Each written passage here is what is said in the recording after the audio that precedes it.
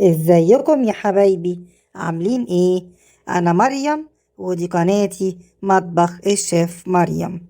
كل سنة وانتم طيبين بمناسبة شهر رمضان الكريم، أعاده الله على الجميع بالخير واليمن والبركات.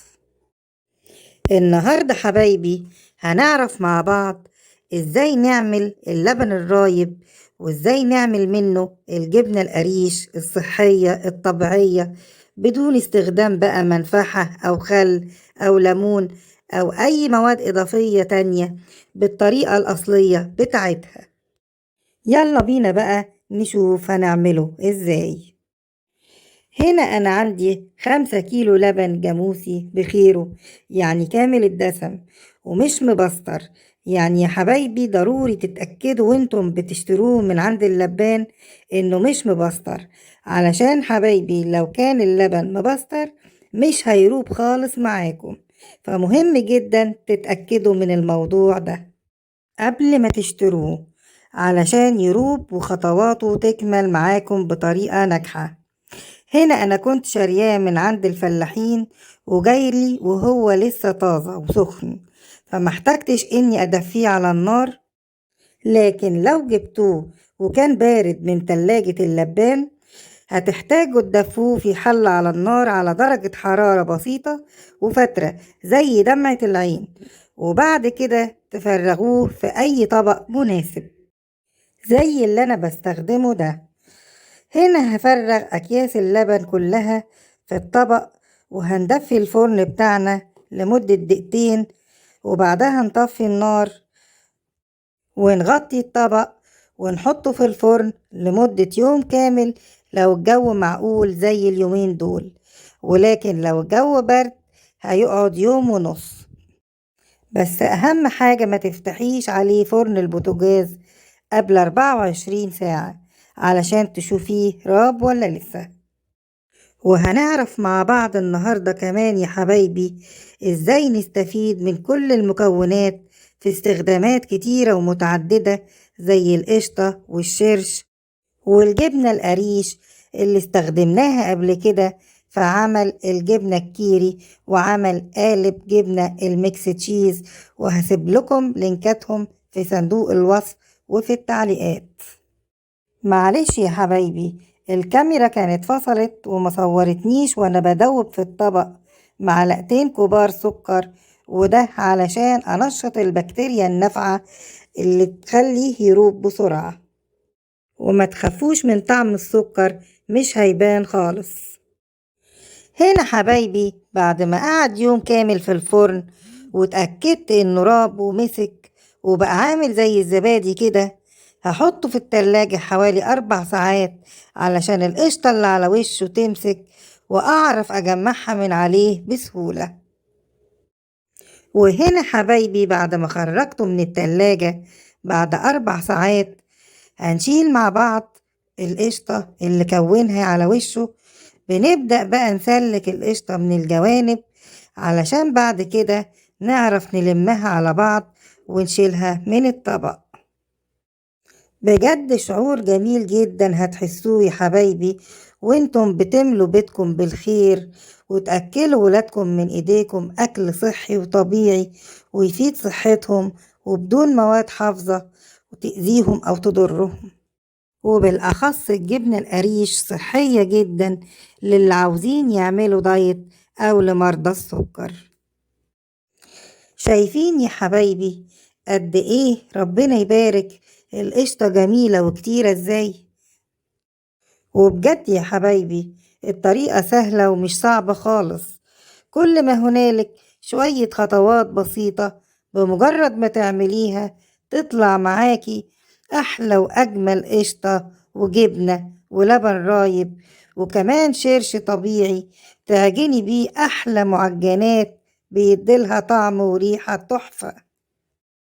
علشان كده يا حبايبي أنا ماشية معاكم خطوة بخطوة علشان كل الخطوات تكون واضحة وسهلة بكل تفاصيلها.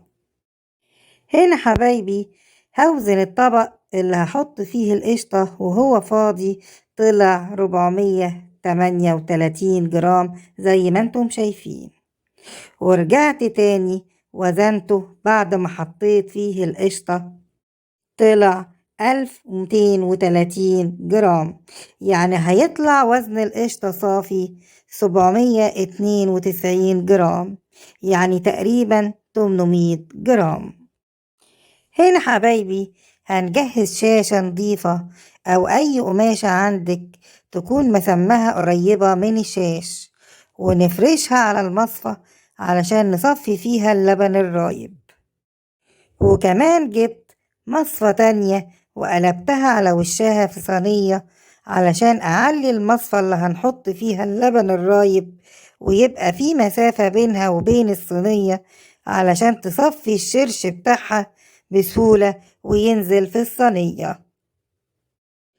هنا بقى حبايبي احنا ممكن في المرحلة دي نستخدمه كلبن رايب، نحطه لأولادنا منه في السحور في سلاطين، ونحله لهم بالعسل أو بالمربى اللي بيحبوها، سواء مربى فراولة أو تين أو مانجا، أو ممكن برضو نضربه لهم في الخلاط ونعمل لهم بيه أحلى مشروب زبادو طبيعي وصحي بأي نوع فاكهة هم بيحبوها برضو، زي الفراولة أو التمر أو غيرهم. ولو هتعمليه بقى زي ما احنا هنعمله دلوقتي جبنة، بنصفيه في المصفى. نبدأ بقى ناخد منه جزء جزء بالمعلقة ونوزعه في الشاشة. حبايبي ما تنسوش تدعموني باللايك والشير والاشتراك في القناة وتفعيل زر الجرس علشان يوصل لكم كل فيديوهاتي الجديدة، وأكيد طبعا تعليقاتكم الجميلة اللي بتشجعني إني أستمر. صدقوني حبايبي، انتم لما بتعملوا الجبنة في البيت بتبقوا مضامنين إن الجبنة تكون طبيعية ومش مغشوشة بأي مواد ضارة أو غير طبيعية. وبرضو عاوزة أقول لكم يا حبايبي إن الشرش اللي بيخرج منها، أو زي ما بيقولوا برضو عليه مصل الحليب أو بالإنجليزي الواي بروتين، ده برضو صحي ومفيد جدا، لدرجة إنهم بيعملوا منه مكملات غذائية للرياضيين، فاوعكم ترموه. وهنا حبايبي بعد ما حطينا كل اللبن الرايب جوه المصفى، هنبدأ بقى نسويه بشكل منظم جوه المصفى. وفي المرحلة دي يا حبايبي ممكن نرش عليها ملح أو نسيبها زي ما هي كده بدون ملح، علشان الناس اللي عندهم ضغط عالي وممنوع عليهم الملح. أنا عن نفسي مش بحط فيها ملح وبسيبها بطبيعتها كده، وساعة الأكل اللي عاوز ياكلها بملح برشله عليها ملح، وبيكون كده أفضل بكتير. هنلم عليها بقى الشاشة من الأربع جوانب ونسيبها تصفي الشرش بتاعها لمدة حوالي 7 ساعات أو من بالليل للصبح. وفي ناس يا حبايبي بتحط فوقها بلانشة التقطيع، وتحط فوق البلانشة أي تقل زي أكياس الرز أو السكر أو أي حاجة تقيلة علشان تسرع عملية التصفية، ولكن أنا بسيبها تصفي براحتها. وهنا أنا حبيت أوريكم بتصفي الشرش بتاعها إزاي جوه الصينية. وهنا حبايبي بعد ما باتت من بالليل للصبح أو على الأقل 7 ساعات، ونزلت كل الشرش بتاعها زي ما انتم شايفين كده في الصينية، ومفضلش في الشاشة غير الجبنة بس. هنا بقى حبايبي أنا شلت الشاشة من المصفى علشان أقطع الجبنة وأرصها في الطبق وارجع لكم تاني. وده يا حبايبي الطبق اللي هرص فيه قطع الجبنة القريش، وزنته فاضي وطلع وزنه 1,160 جرام زي ما انتم شايفين كده. وبعد ما رصيت فيه الجبنة وزنته تاني علشان نعرف وزنه بالجبنة، طلع 2,240 جرام. يعني بعد ما نطرح الوزنين من بعض هيكون وزن الجبنة القريش صافي 1,80 جرام. هنا بقى حبايبي هناخد قطعة من الجبنة القريش اللي عملناها مع بعض ونشوفها قد ايه جميلة وكريمية وناعمة وعاملة زي القشطة، على الرغم انها معمولة بدون دسم، ولكن صدقوني لو كلتوها مش هتحسوا بكده خالص من حلاوتها. بجد روعة، ومش هتبطلوا تعملوها من جمالها وحلاوة طعمها.